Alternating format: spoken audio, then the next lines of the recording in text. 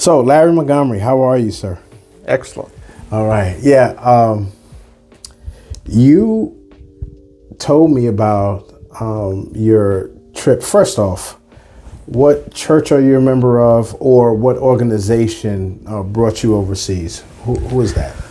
Well, I actually went to a men's, I guess I would call it a growth, faith growth organization. They're not affiliated with any denomination. They're just totally biblically centered, called the Quest Life up in Dallas. And while I was there, there was a guy there that was dressed in cargo pants and Magellan Columbia shirts, kind of like me. Yeah. And so I walked over and I said, "Hey, what's up?" And found out he was South African by birth, Caucasian, South African, and he was doing a ministry in Guatemala. So I said, it's kind of a funny story. I said, sounds like you need to come down. You need me to come down there and help you. And of course, what he didn't know is that I was a retired chiropractor after 37 years of practice. And I had a lot of friends that I could access and take down there, not just chiropractors, but of every kind of occupation. And he said, "Oh, okay, yeah, that'd be nice." And he turns around and walks off.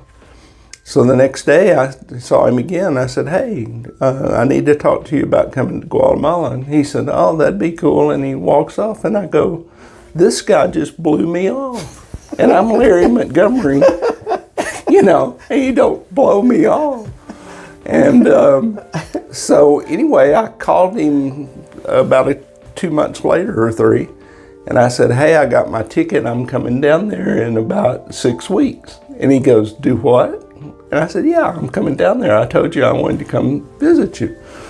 And so he says, "Well, okay, when are you arriving?" So I told him.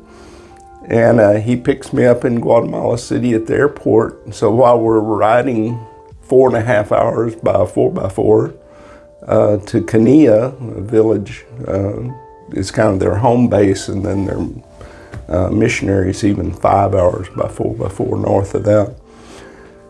And we were riding along. I said, "How many people have told you they want to come down and help you?" And he said, "Oh, probably 200 or 300. I said, "How many have come?" He said, "You're number 2. That's why he kind of blew you off, because he's heard that before. Yeah. And so I thought about this on the plane. I thought, that's what's going on. And sure enough, since that time, we've probably taken 30, maybe 40 people down. And this is an out-of-pocket expense. I mean, you paid for the whole thing. Now, the volunteers now are also, they're coming out of pocket to spend time to do it. So, but I can produce a week trip for, even with the airfares the way they are now, for under $1,500, pretty easy. Has room and board as well? Room, board, food, everything. The major expense, your ticket, they provide, there's probably a $100 transportation fee, because if we take a large group, we have to take some buses.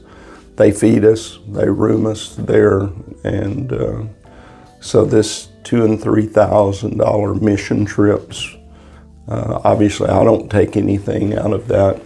And the most popular person I ever took to Kenia, which is the first village, I joke about this all the time, but it's no joke, was a hairstylist. Not another doctor? No, wasn't a doctor. But these women, it had been 2 years since they'd had somebody wash their hair, comb it out, and cut it, Wow. And they're just big old smiles. And the little kids, there were kids 6 and 7 years old, never had their hair cut, boys and girls. Yeah. So it really doesn't matter what your specialty is. They need our help. And what has happened, just to give you a little appreciation, is with the borders being open to the U.S., the men leave home and they're going to come to the U.S. and make money and send it home. Right. Well, that happens for about 6 months.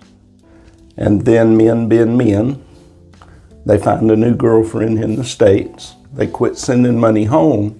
So now you have a mother with 4 kids, and she has no skills to earn a living. Wow. So my wife goes down and teaches them how to sew, and they make tortilla covers, and they sell them. That'll keep their tortillas hot. We have teachers go down and watch their kids while mom's learning how to sew. And so it doesn't matter, like I said, what your specialty or your niche in life, whether that was before real estate or after real estate or whatever, it's something that can be used. Gotcha. How often do you go down, or how is it something that now you're heading up, or you're just part of that organization that goes out? They pretty well give me autonomy to create trips and go. I like to go in April. I like to go in August. August is before school starts, and down there it's a little bit of a cooler season up in the mountains, and April is right after the rainy season. And so we just pick the A months and go, and it's been very successful, and the people are just the kindest, nicest people that you'll ever meet. Share with me that story about them feeding you or giving you food, and what we would consider to be substandard, but they gave you. Share that with me, please. Well, we'd been there 4 or 5 days, and we went up in the mountains to a town named San Antonio. Just a brief history. Back in the 80s, the Guatemalan government was trying to exterminate the Mayans, literally. And they were using the arms we let them purchase to do that. That's a whole different issue. But the UN finally came in, realized what was happening. They picked up 400 families in Hueys, and they flew out across the landscape, and when they went, there's a flat spot, there's a river, they sat down and turned them out and said, go for it. Oh. That was all they had, nothing. And they had been living in the mountains. They were guerrilla fighters because they were trying to avoid the army, the Guatemalan army. And so they were used to the outdoors, but still they started a city from nothing. But anyway, we were up there now. That city is, what started as 400 families is now over 4,000 people up there. And they still have a river. They only have solar energy that has been brought in there. My friend that was surprised that I came down, he built a school there over 20 years ago. And he started that school by walking 8 hours with a burro, putting 4 sacks of concrete on the burro and walking back 8 hours, and that's how they started the slab for the school. And there were no roads in there at that time, and it was just a trail. But anyway, we had finished dinner one night, probably our 3rd or 4th night there, and he said, well, how's everything going? How do you enjoy the food? And I said, well, it's really soupy. And he says, do what? And I said, we're eating a lot of soup, because every house that would have us, and this was the mayor of the city or whatever, would host us each night, and we'd have soup. And so, you know, I'm not used to that much soup. And he said, did you notice anything about the soup? And I said, not really. And he said, did you notice it had meat in it? I said, yeah, it was all chicken soup. And he said, they may have that once or twice a month. And they said the fact that you had meat in your soup meant you were an honored guest. That will humble you quick. Yeah. And suddenly soup was really good. That will humble you quick. So if there is somebody that's watching that wants to be part of this thing, are you accepting people to go as part of that contingent? Absolutely. That the 2 times a year? How would they then get in contact with you? Just my email is realtydoctor1956@gmail, or they can call me at 254-228-6056. And I just want to I want to emphasize one point, and that is that while I've taken a lot of people from churches down there, that's not a requirement. This isn't a religious missionary trip. Greg Walton is the man that I met, and his goal is to go down there and teach them how to survive. We want to teach them skills.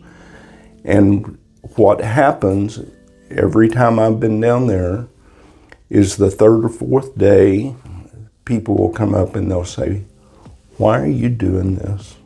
You're not asking for anything. You're just providing us service." And of course, I do the things that I know how to do. "Why are you doing this?" And at that point, I can say, this is what Christ wanted me to do. Now, if that's not your reason, we don't discriminate on that, whatever your reason is. Right.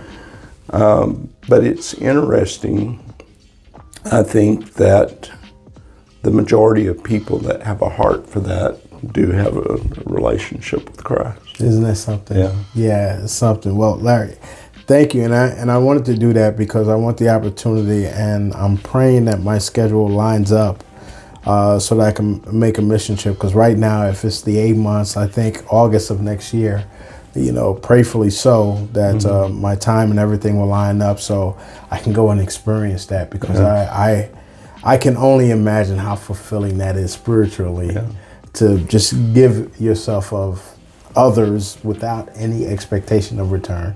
Yeah, so I appreciate that. Thank you for... If you have a spoiled 16 to 25-year-old, bring them too, because it will change their life. They'll go down there, and these, all of them, 95% of the floors are dirt floors, but they keep their dirt floors immaculate. It's swept 3 or 4 times a day. And they're so proud and content with what little they have. And the contentment, when we were in one of the schools, one of the people I took, he said, "You know what I noticed the most about being in this school?" And I said, "No." And he said, "There's not one depressed kid. There's not one frown. Wow. Every one of them is laughing and happy because they're content with what little they have." That's right. That's right. That's right. Grateful. Yeah. And staying in the state of gratefulness. Well, thank you, Larry. I appreciate this, man. Yeah. We'll talk together, man. Always a pleasure to talk to you. Same here. All right. This is Ron. I'm with Infinite Client, just talking with Larry Montgomery here. Yes, this was not business related, but everything that we do now encompasses more than just the business side of things. And with this, I want to kind of give us the holistic approach to our everyday lives so that we can actually enjoy it while still becoming successful. So I'll talk to you later. Bye.